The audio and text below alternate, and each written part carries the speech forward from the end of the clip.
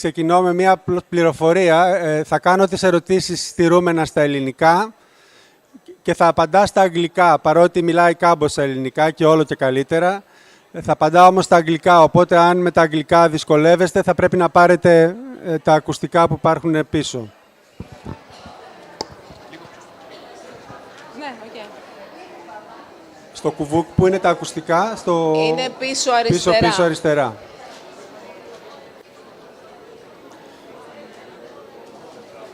Και σε 1 λεπτό ξεκινάμε.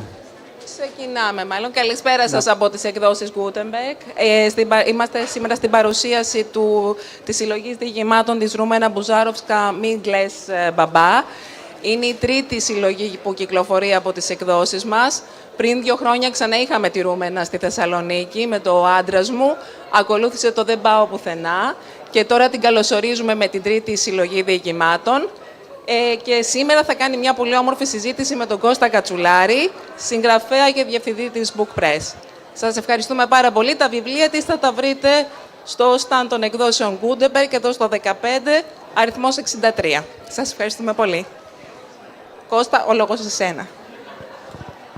Ευχαριστώ.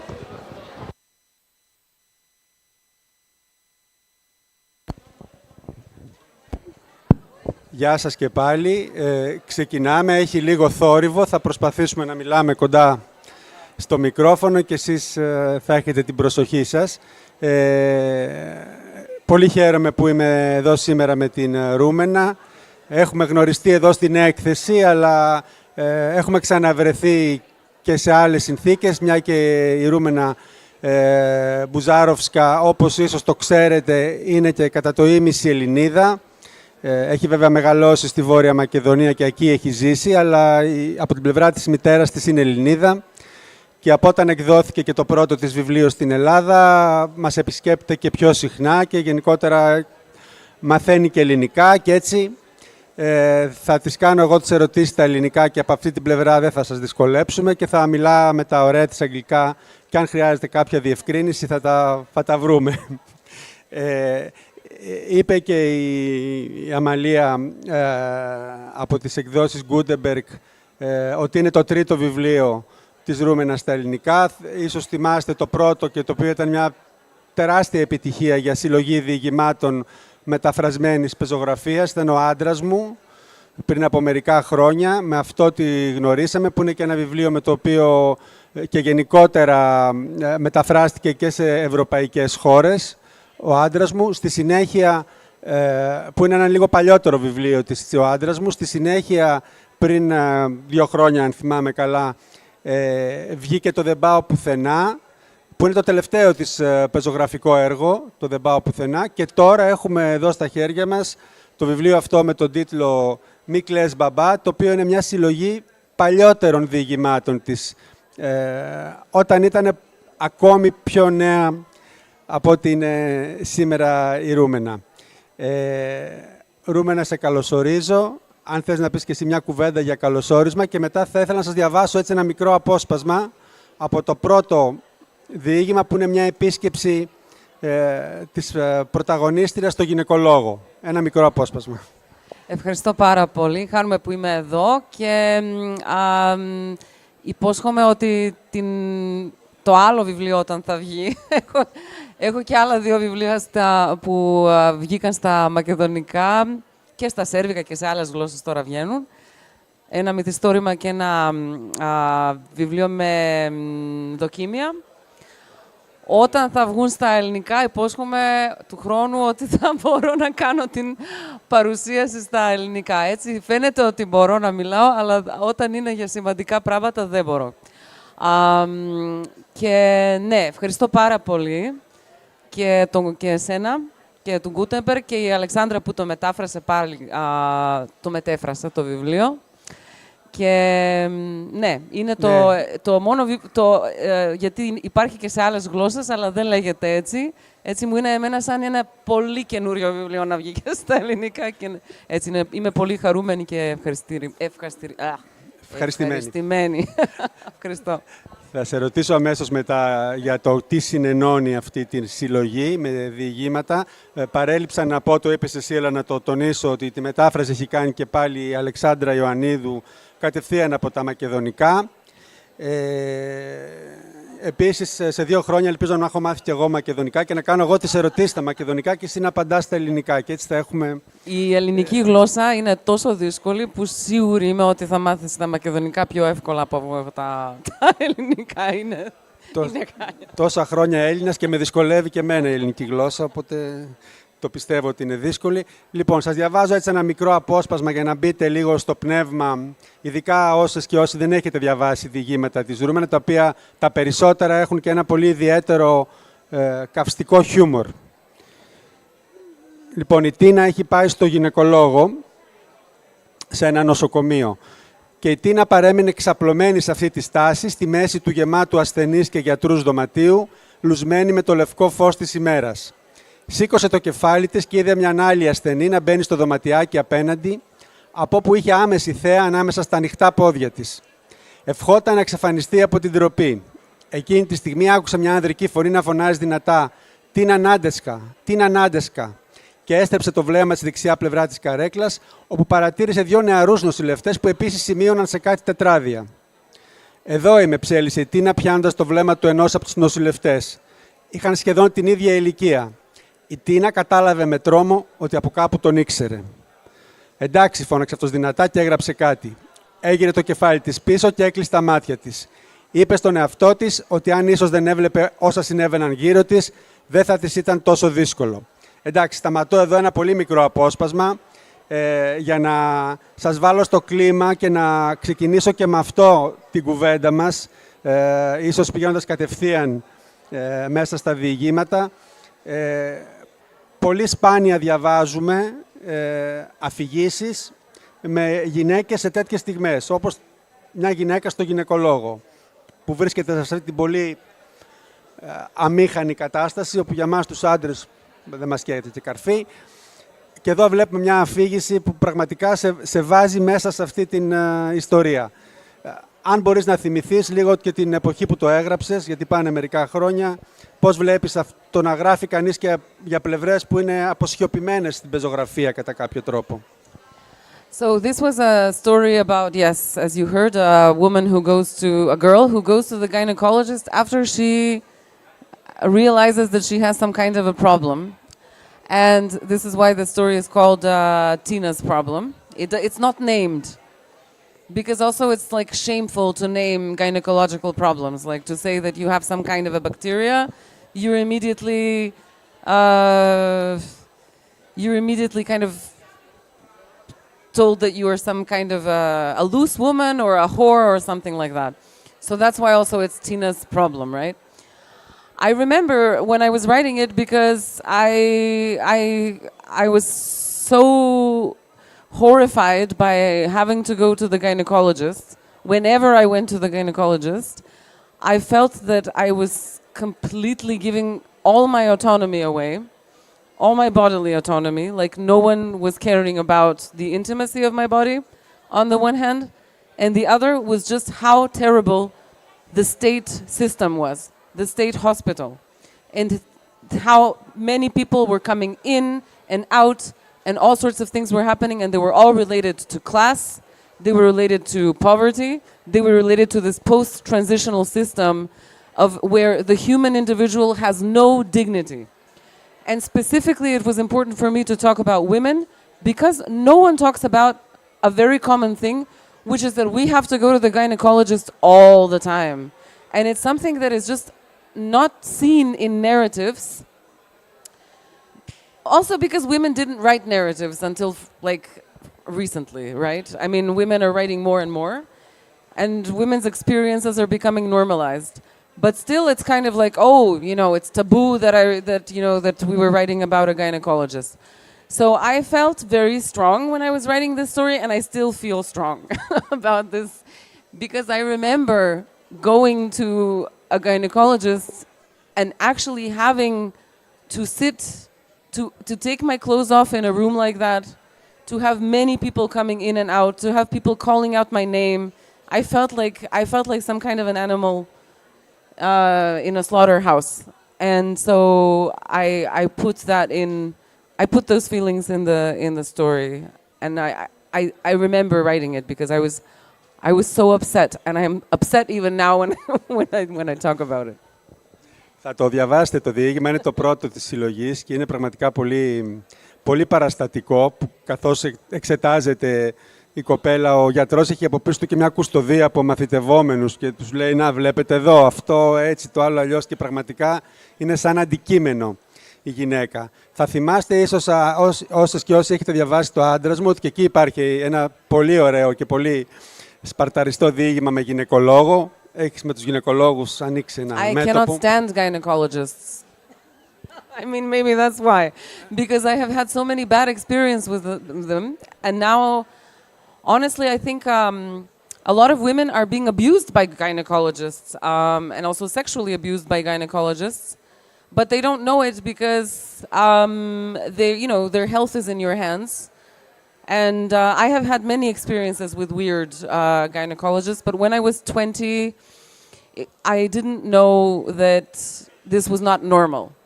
And I felt very, very, very vulnerable at that moment. So now that I have the power to write about it, I hope that I write more stories about gynecologists. I have many more, honestly. Αυτό το θέμα του abuse από τον γυναικολόγο προς τη γυναίκα, προς τις γυναίκες, είναι το θέμα του άλλου διηγήματος, όπου πραγματικά το πιάνει πάρα πολύ καλά. Εκείνος ο γυναικολόγος, αντίθετα από ό,τι συμβαίνει στη ζωή, τιμωρείται. Πάντως είναι ένα περίεργο πράγμα, είναι λίγο έξω από τη λογοτεχνία αυτό που θα σε ρωτήσω, αλλά γιατί οι γυναικολόγοι είναι συνήθως άντρες σε κάτι τόσο γυναικείο, πώς και οι γυναίκες το έχουν...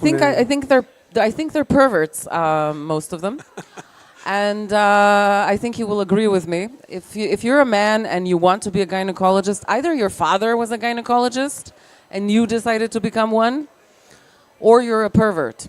Now there are more women who are gynecologists, thank God. I mean, I don't know. Are there a lot of urologists who are women? I don't think so. So I think it's a question of also like power. That the women are these midwives. They allow to, they help with the giving of the birth, but it's the male gynecologist who's there to tell, to get the animal, like to get the little calf outside of the cow. I really feel like they treated us like animals, which is maybe why I don't have any children. I did not want to be put in that position. Θα πούμε γι' αυτό, γιατί πολλά παιδιά υπάρχουν μέσα σε αυτό, ειδικά το βιβλίο σου, που το έγραψες και νέα, και πολλά βέβαια διηγήματα από την πλευρά των παιδιών. Αλλά αναφέρθηκες σε κάτι πριν που το θεωρώ πολύ σημαντικό στα διηγήματά σου, τη σχέση δημόσιου και ιδιωτικού, δηλαδή το ζήτημα των νοσοκομείων, για παράδειγμα, των δημόσιων νοσοκομείων, τα οποία δεν προσφέρουν πολύ άθλιες υπηρεσίες, ή τέλος πάντων όχι αυτές που θα θέλαμε, και των ιδιωτικών που είναι πολύ ακριβά. Το βλέπουμε και σε ένα άλλο διήγημα της συλλογής αυτό, και επειδή είναι και στην Ελλάδα ένα θέμα που μας απασχολεί πολύ, αν και οι Έλληνες συγγραφείς δεν το θίγουν τόσο πολύ, παρότι είναι πολύ μες στη ζωή μας, είναι ένα ερώτημα αυτό. Πάντως, χωρίς το βιβλίο αυτό, ειδικά να είναι πολιτικό με έναν άμεσο τρόπο, φαίνεται ότι σε απασχολεί και αυτή η πολιτική πλευρά του θέματος, η δυνατότητα των ανθρώπων να έχουν μια πρόσβαση στην υγεία. Look, all of my stories, everything that connects all of my stories is that they're, intimate portrayals of intimate relationships, but they all have some kind of a social environment that actually affects how these people behave. And obviously health and the autonomy again of the body, and how it's connected so much to corruption, and also so much to the also destruction of the entire fabric of society. So let's say that in North Macedonia, once we came into transition, after the transitional period, everything started to get privatized. One of the things that systematically is happening is that the state hospital and state care is systematically getting destroyed by the government, always the ruling party, so that we all have to go to the private hospital. which gives you better care, but it's extremely expensive. So, like in many other capitalist societies that are inherently inhumane, only the rich can survive. And so only they can get this care. And because, of course, I deal with these political issues in my books, I also deal very much with, with the health system. I did it here, the phronimitis, which is the wisdom tooth, is about a woman. Again, I have this complex of superiority versus inferiority that you see also in the Pau Puthena, I'm not going anywhere, which is, a woman is friends with the wife of an ambassador. Obviously, I really like to criticize the wives of the ambassadors. And she's, or is it, yes, it is an ambassador. And so she's hanging out with this local woman, and because the local woman does not want to show that she is poor to the ambassador's wife, she's pretending, she sends her son to a very expensive private school. She buys an expensive car. She has expensive things. This is something that you see very much in our society, where you have people who are outwardly rich, but they actually are in debt, or they live in, or they, especially the mothers, they don't allow themselves even normal things. Like, she cannot go to the dentist because she has a toothache. That's the issue of the book. However, she spends the last money that she should have given to the dentist to buy a skirt that costs 100 euros or something like that, because at the time, now it would have been 200 if I wrote this now, because she doesn't want to look poor in front of the ambassador's wife. It's the same, and actually, I heard this story, but I didn't, I heard this story. It's nothing, I don't really, whenever I write something, it has something to do with something that I've seen. And I've seen these moments of how much everything is connected. The mother who dotes on the son, the mother who has to do all the responsibilities. She has to go to work, but also she has to take care of the household. She has a toothache, but she forgets about the toothache because she has to leave an impression. She goes with the toothache. She buys like a skirt because she has to leave an impression to the Westerners. So, it's all of these things connected. Patriarchy, transition, capitalism, terrible healthcare. That's actually the story of our everyday lives. If you start analyzing what happens to you on an everyday basis, it's all the same. It's always something that has to do with the society that's dysfunctional. Να πω σε αυτό το σημείο πόσο εντύπωση μου κάνει στα διηγήματά σου και σε αυτά τα παλιότερα που είναι και πιο κοντά στην εποχή που αλλάξαν τα πράγματα στη Βόρεια Μακεδονία πλέον. Αν αλλάξει κανείς τα ονόματα, νομίζω ότι διαβάζει διηγήματα για την Ελλάδα. Είναι εντυπωσιακό πόσο μεγάλες είναι οι ομοιότητες και στο κοινωνικό πεδίο και στο πολιτισμικό πεδίο. Γιαγιάδες, παππούδες, οικογένειες, φαΐ. Πάντως, μια παρατήρηση που έχω να κάνω, να μου το σχολιάσεις, είναι ότι εσύ είσαι μια μοντέρνα κοπέλα που έχει κάνει και πολύ καλές σπουδές αγγλικής λογοτεχνίας και συμμετέχεις έτσι στο πιο νεανικό και μοντέρνο κομμάτι της κοινωνίας της Βόρειας Μακεδονίας.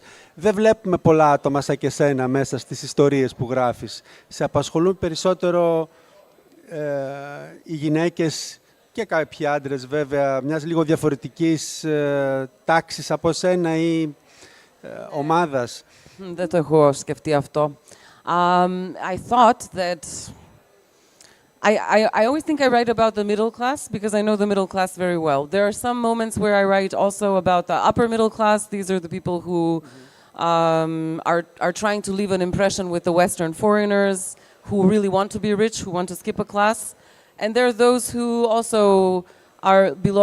belong a little bit lower to the lower middle class, who also maybe skipped a class by marrying rich, right? Like in O Andras Mu, Lile, αυτό το διήγημα, this is where you can see that.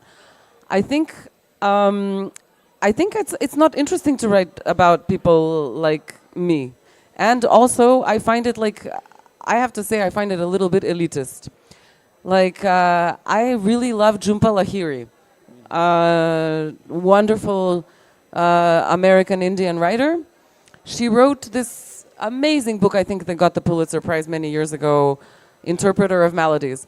And then, you know, when you read her later, it feels like she's writing about these problems of these people at the university. And that's so boring.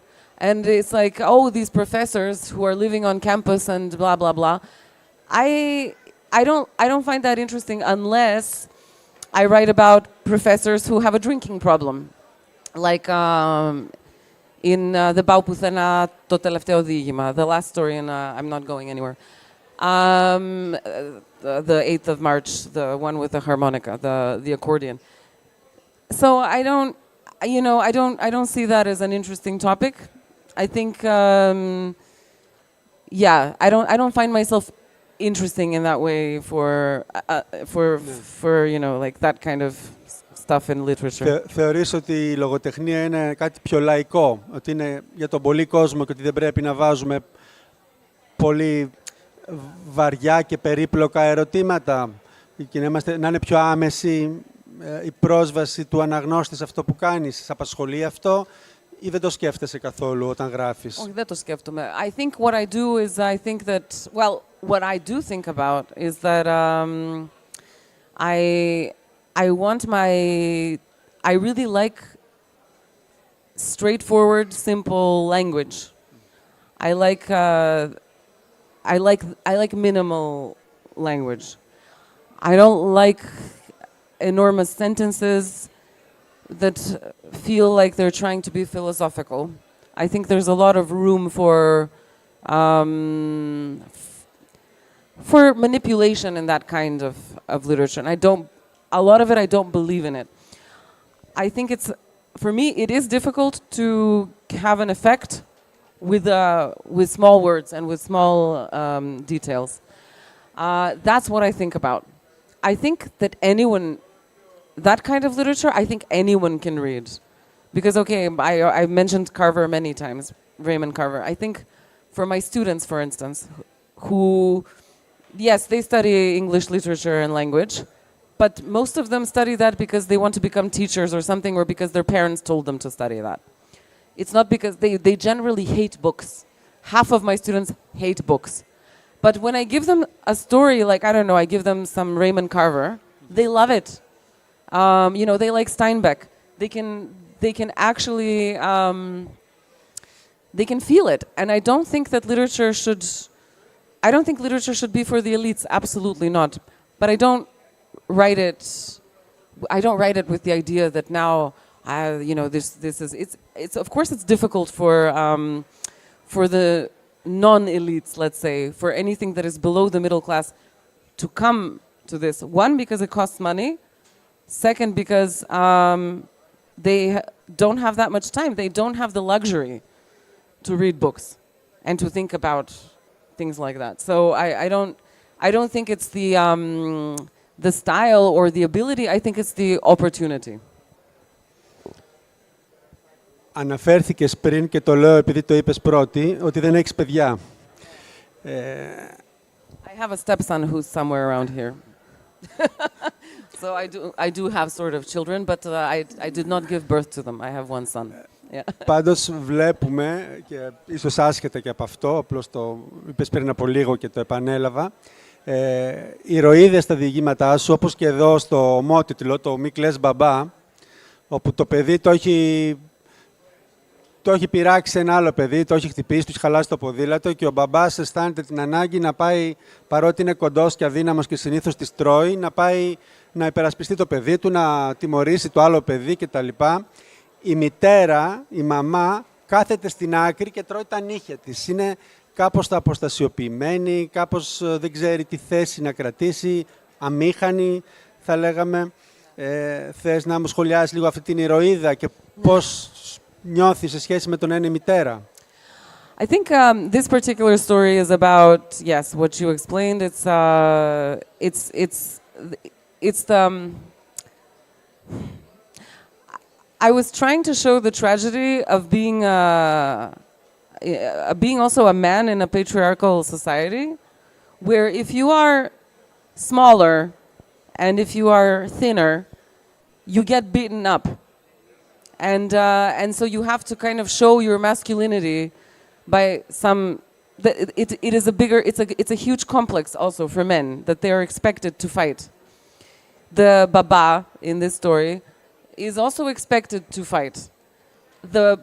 And so there is the question there of the whole story is about emasculation, of taking away the patriarchal masculinity from the man and whether he wants it to be taken away or not. So he's trying to go and protect his son, but instead of that he gets beaten up. The woman, she's feeling paralyzed and she can't do anything except bite her nails, because she can also participate in the emasculation of her husband if she goes and she tries to protect him. So that's why she's sitting there and she's unable to do anything. She knows that catastrophe is coming because the patriarchal code is that the husband has to go, the father has to go and protect the son. And then she also knows that by this kind of protection, the father can also get beaten up because he's a small, slight man who doesn't have the physical strength to be able to protect the son. And protection in this kind of patriarchal world is connected to violence. So that's why. You know what's interesting in Macedonian? Min klais baba has a double meaning, because when we talk to our children, like when the mother talks to the children, she says, they call the child mama, or they call, if a father speaks to the child, they call the child tata, which is, δεν ξέρω αν το κάνετε εσείς, έλα ρε μαμά, έλα ρε μπαμπά, το κάνετε και εσείς όταν είναι ή εμείς λέμε και γιαγιά, έλα γιαγιά να σου κάνω κάτι, έλα παππού. We say, δεν το κάνετε τόσο νομίζω, το κάνουμε εμείς, οι Σέρβοι δεν το κάνουν, δεν ξέρω αν το κάνουν οι Βουλγαροί, εμείς το κάνουμε. Έτσι αυτό το μην κλαις μπαμπά, δεν ξέρεις αν είναι το μην κλαις μπαμπά εσύ, ή ο μπαμπάς λέει στο παιδί να μην κλαίει. Υπάρχει αυτό που το έχασε και στα Σέρβικα και στα Κροάτικα και σε αυτές τις άλλες γλώσσες, το έχω χάσει. This kind of little, what is it, detail. Ναι, αυτό είναι. Sorry, I'm kind of mixing languages. It was the crisis of emasculation that I was trying to get at in this particular story. Συχνά βλέπουμε και στο διήγημα, στο φρονιμίτι υπάρχει αυτό, πέρα από την περιγραφή που έκανε σε σχέση με το κοινωνικό, το οικονομικό. Υπάρχει μια συμμαχία, μοιάζει να υπάρχει ανάμεσα στο γιο και τον πατέρα, απέναντι στην οποία η μάνα είναι σαν να αισθάνεται ξένο σώμα. Νομίζω ότι αυτό είναι κάτι που και εδώ πέρα είναι πολύ συχνά έντονο και το φέρνουν οι γυναίκες στο λόγο τους. Συχνά όταν υπάρχουν αγόρια που έχουν καλή σχέση με τον μπαμπά, σαν να δημιουργείται μια συμμαχία κάπως εναντίον τους. So I think I'm always looking at these relationships, and you're right that the mother, or in my books, there's a lot of women who are powerless. Of course, I write about that because I'm criticizing, and I'm trying to show. I think it's a realistic picture. I know it's a realistic picture because this is what patriarchy does. So. There is the myth that the mother is making everything happen in the family. That's absolutely, it's a myth. It's something that makes women feel better about their role. I think in many situations as like a household slave, I would say, especially in the family.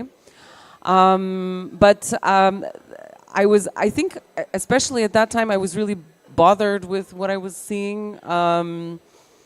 In society, and generally I was looking at how patriarchy works and how many sacrifices the mothers have to make, but then there's always this kind of chummy behavior between the father and the son, and the mother is just the boring one.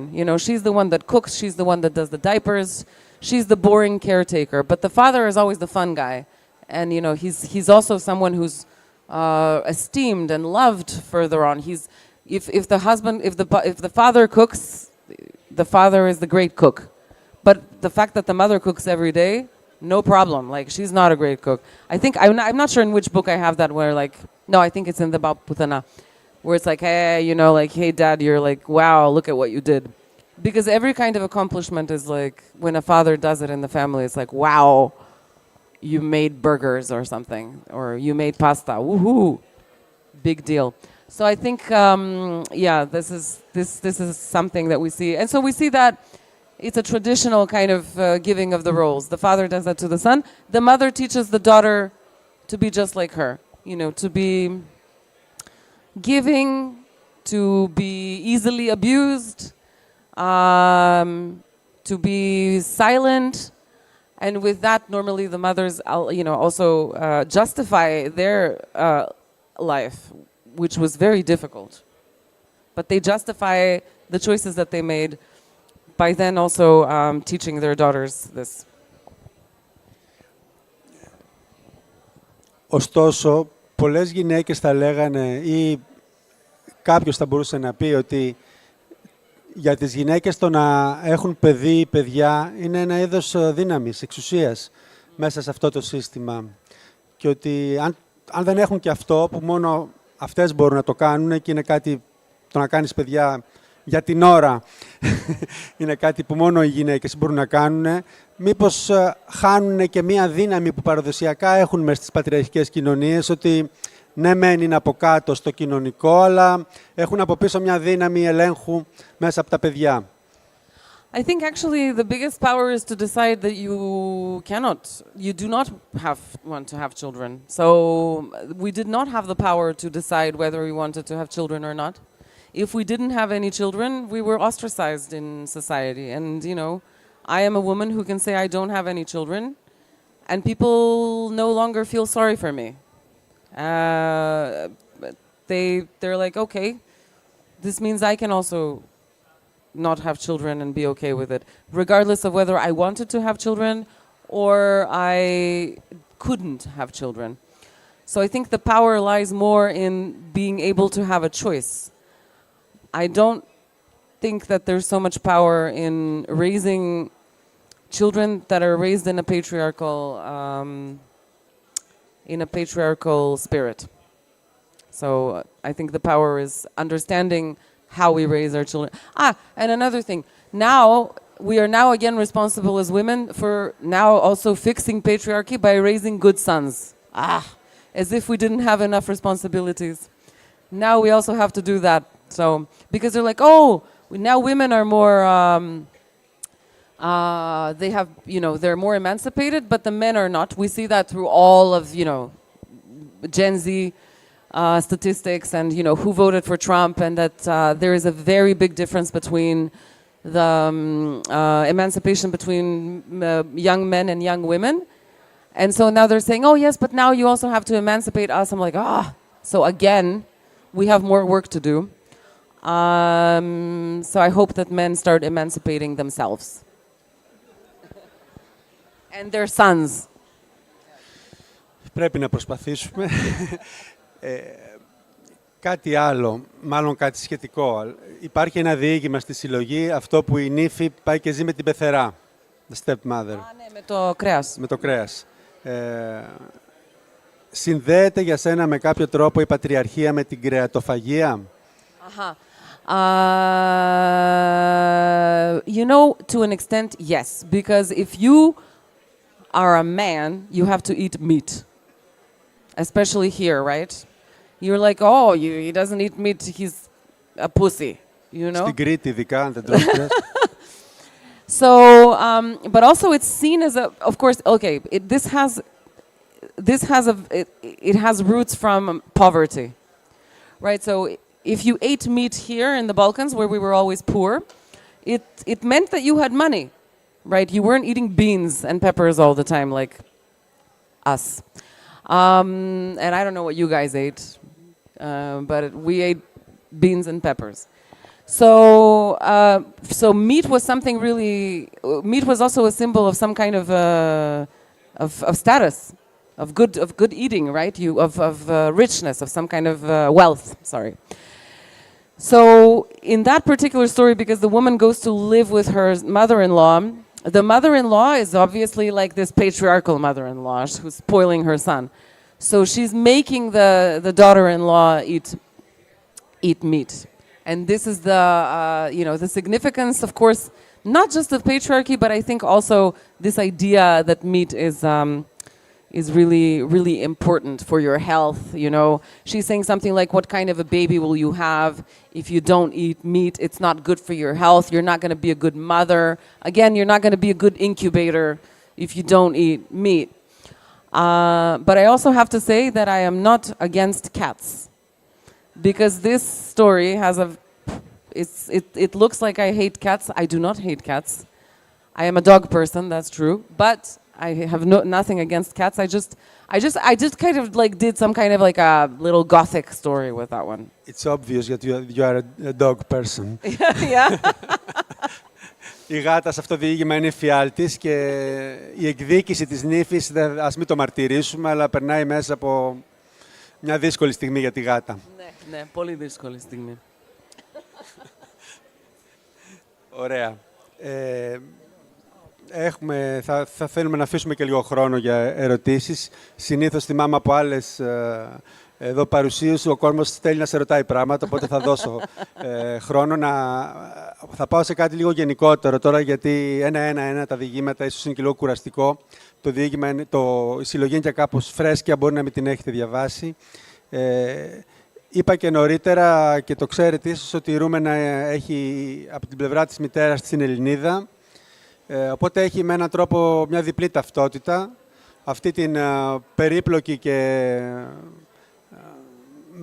με διάφορους τρόπους φορτισμένη για μας εδώ, τους Έλληνες, για κάποιους από εμάς, τέλος πάντων για όλους, ταυτότητα της Μακεδονίτισσας ως πολίτισσα του κράτους της Βόρειας Μακεδονίας. Από την άλλη γνωρίζει και την Ελλάδα αρκετά καλά, έρχεται εδώ κτλ. Ας σε ρωτήσω πρώτα ένα πράγμα το πιο εύκολο. Βλέπεις ομοιότητες ή διαφορές ανάμεσα στην κοινωνία στη Βόρεια Μακεδονία και εδώ, ας πούμε, στη Θεσσαλονίκη και αλλού όπου πηγαίνεις? Αν υπάρχουν και διαφορές, θα ήθελα να τις ακούσω και αυτές. Yes, okay, so generally there's many similarities. There are Balkan countries, both Greece and North Macedonia. There's a lot of Serbia. All of this is very similar. So this is why when you read this, you can say, oh, you can put it in Greece. The Serbs are saying the same. The Croats are saying the same. It works regionally. There's a lot. You can see the similarities in terms of how society works. In terms of the differences, I would say that Greeks are more extreme. So you have sometimes like and I'm talking on a political scale. You have the more extreme, also right wing, and you have the more extreme left. Like when Alexandra Ioannidou organized the conference at the Panepistimio Makedonias for the Macedonian language, and it became a scandal, of course, like most of the time. The right wings uses this, the nationalists use this as an excuse to create a bunch of havoc. But we went there, and the mayor of Thessaloniki also got involved. He was saying the conference should not take place. The rector of the university got involved.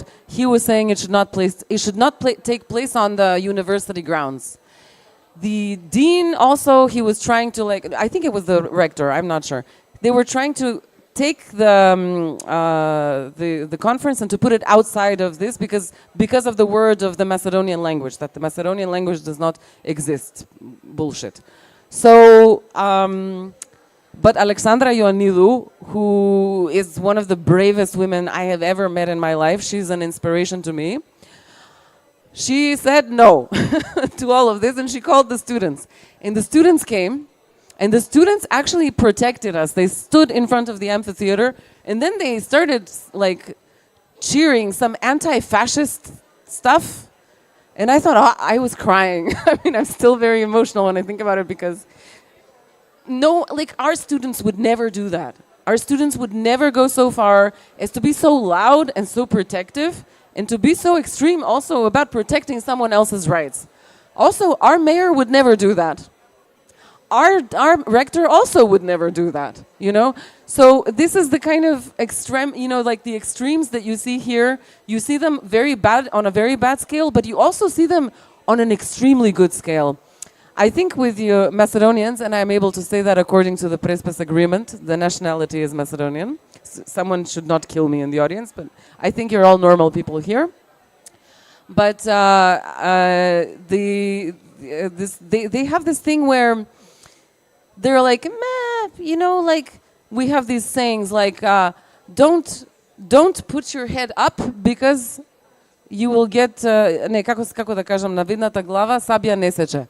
It means if you keep your head low, it won't be cut.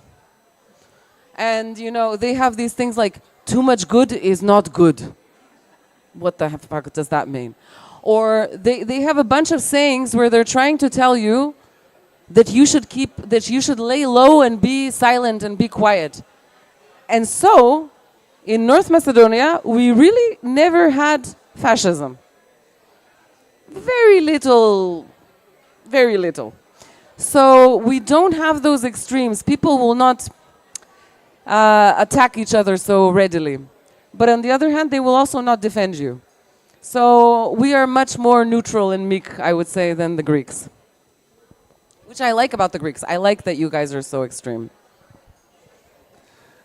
From the good side. Άλλη μια πολιτική ερώτηση θα σου κάνω, ίσως ακόμη πιο καυτή από μια άποψη. Χτες εδώ υπήρχε μια εκδήλωση που είχε διοργανώσει η πρεσβεία του Ισραήλ για τη λογοτεχνία. Για λογοτέχνες του Ισραήλ, όχι για πολιτικό θέμα, αλλά ήταν διοργανώτρια η πρεσβεία και αρκετοί εκδότες και κάποιες άλλες συλλογικότητες της πόλης διαφωνούσαν με αυτό και ματαίωσαν την εκδήλωση. Υπάρχει το επιχείρημα... Οκ, μάλλον μου απάντησες. Υπάρχει ωστόσο η άποψη ότι σε μια έκθεση βιβλίου πρέπει να χωράνε... No. Sorry, there's genocide. We know there it is. We should all be very loud. I'm very happy that I'm not participating in this, that we are so poor in North Macedonia that we don't have money to create this genocide. I am also very ashamed that every time we have to vote in the UN, we do everything that the United States is telling us to do, which is increasingly becoming a fascist regime. And so, I mean, it is already. And I don't think I think we should boycott. I think we should be very loud. I think we should say genocide, genocide, genocide all the time. One day, as there's this book that I can't find, I forget the name of the author, one day everyone will have been against this.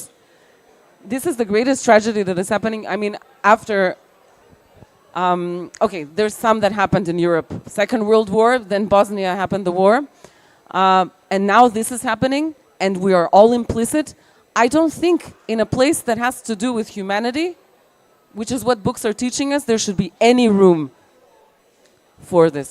There should be any room for forgiveness of a state that is currently committing genocide. Δεν θα μπορούσα να είσαι πιο καθαρή. Ήταν όλα ξεκάθαρα. Ωραία. Νομίζω ότι έχει ήρθει η ώρα να δώσουμε και το λόγο στο κοινό. Έχουμε 10-12 λεπτά περίπου. Η κυρία έχει το λόγο. Μισό λεπτό να σας φέρουν το μικρόφωνο για να σας ακούμε. Ναι. Ελληνικά ή αγγλικά καταρχήν? Μπορείτε ελληνικά, αν δεν καταλαβαίνω, θα σας... Αν δεν καταλαβαίνω, ναι, και θα δούμε. Λοιπόν, είμαι big fan of yours. Ευχαριστώ. Πιστεύω ότι, χωρίς να υπερβάλλω, ότι you must be the next winner of the Nobel Prize. My opinion. Anyway. Θέλω να ρωτήσω το εξής.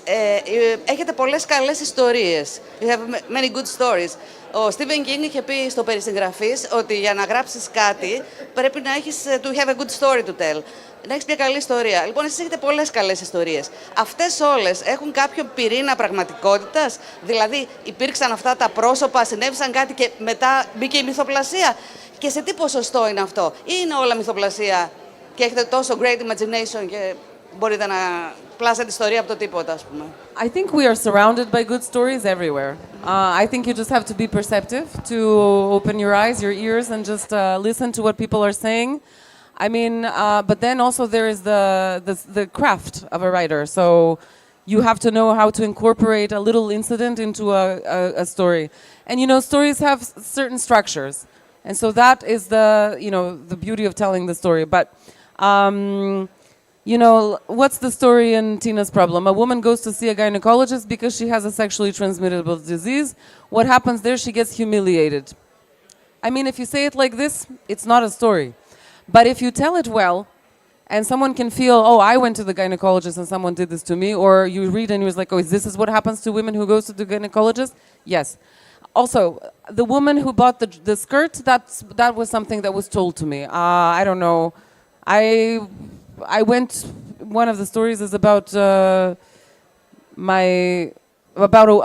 guy who goes and eats a lot at his family's house. This happened to me in Greece. I went to see my relatives and they were feeding me five times a day. You know, so like that's a story. Or, you know, what else? The Frodimit, yeah, they're little things. So they're not like all these crazy things are happening to me or to the people around me. It's just that you have to recognize like a little magical moment that maybe in that moment there's a lot of universality or there's a lot of things that can tell us something about society. Yeah. Thank you for the question. Άλλη ερώτηση. Άλλη ερώτηση. Συγγνώμη, ναι, η κυρία. Έρχεται το μικρόφωνο.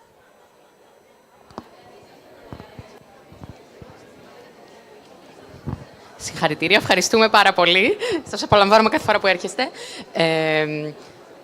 Με τη γάτα τρελάθηκα με την πεθερά που έβγαινε από τις σελίδες και ήθελα να ρωτήσω κάτι παρόμοιο για το πώς, και τώρα που μάθαμε ότι ήσασταν και τόσο νέα όταν το γράψατε, πόσο καλός ακροατής πρέπει να είσαι, πόσο καλός ερευνητής, πόσο να σβήσεις και να γράψεις για να βγει μια πεθερά από τη σελίδα και να σε τρομοκρατήσει και να πεις την έχω δει τόσες φορές. Αλλά επειδή το ρώτησε η κυρία και είπατε, να ρωτήσω ποιο θα λέγατε ότι είναι το κοινό στοιχείο ανάμεσα σε όλες αυτές τις ηρωίδες, το ότι παίζουν με κλεμμένα χαρτιά, ότι παίζουμε οι γυναίκες σε αυτόν τον κόσμο, τι τις ενώνει όλες μεταξύ τους.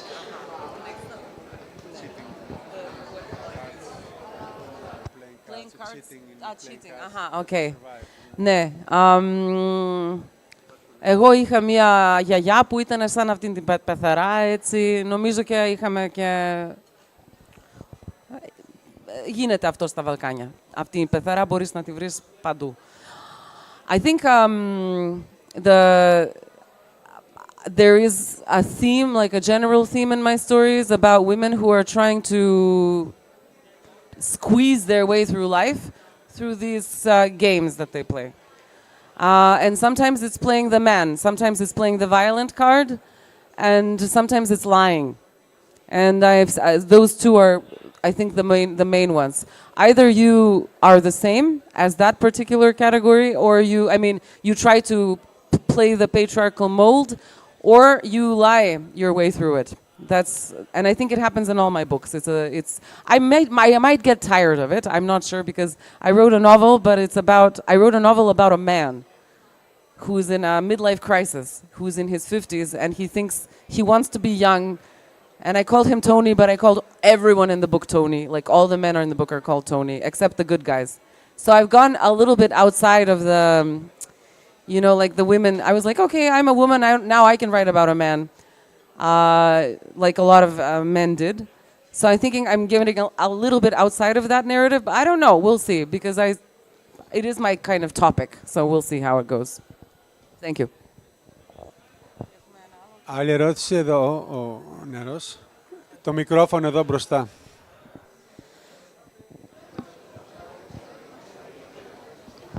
Καλησπέρα και ευχαριστούμε για την εξαιρετική παρουσίαση αλλά και συζήτηση.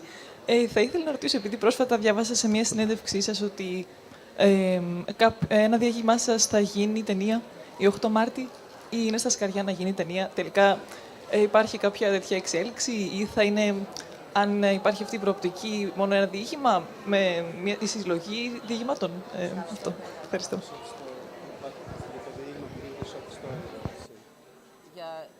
Το διήγημα που γίνεται short story στο σινεμά, short film. Συγγνώμη, με ρωτήσατε αν μια άλλη φορά, if Tina's Problem became a film Όχι. Τι με ρωτά. Can you say, μπορείτε πάλι να... Αν είναι κι άλλα. Και λίγο πιο δυνατά. Yes, I asked that I recently read in one of your interviews that one of your short stories is going to become a film. Maybe Okay. I think like 8th of March. I think. Yeah, okay. Yeah, So, if that is true. Tina's Problem is a short film. Ο γυναικολόγος δηλαδή. Ναι. There is a short film. Maybe soon it will be available. Everyone can watch it online. I wrote the like a screenplay, and it was like a family affair. A lot of us who were friends and family, we made the film. But there should be a film that is made out of the 8th of March, the accordion in the Bauputhena, and it's supposed to be done by the Serbian director who did Srđan Dragojević, who did τα όμορφα χωριά, όμορφα καίγοντα, δεν ξέρω αν ξέρετε τι είναι. Το πρόβλημα είναι που αυτό είναι τώρα, it was because the story is about protests, and now the biggest protests are happening in Serbia, so this is a problem now to make the movie. And also the story was about the American ambassador's wife staging an event for the 8th of March. The American embassy has now banned the word woman from any of their official stuff, like anything federal. So now the American embassy can never make an event for women. They hate women. It's off their charts. So I don't know how the movie, how he's going to make a movie out of that story now. It changed in like 5 months. So he has to adapt the screenplay. I don't know, but that's the plan. Να σου κάνω εγώ μια τελευταία ερώτηση, γιατί το είχα στο μυαλό μου και το ξέχασα. Αφορά το δυστύχημα, το μεγάλο δυστύχημα που έγινε στη Βόρεια Μακεδονία, όπου εκεί σαν να ήρθαμε και κάπως κοντά με την έννοια ότι εδώ πέρα πενθούμε ακόμη το δικό μας μεγάλο δυστύχημα και εκεί συνέβη κάτι επίσης όπου πάλι υπήρχαν παραλήψεις, ευθύνες κτλ. Μια κουβέντα γι' αυτό. I think we have the same problem. Okay, what happened in Tempe, what happened in Kočani, and also what happened in Novi Sad. So we have this kind of vertical line of the catastrophe that corruption is causing. I think we have the same problem, and I think it's about time that we started getting organized.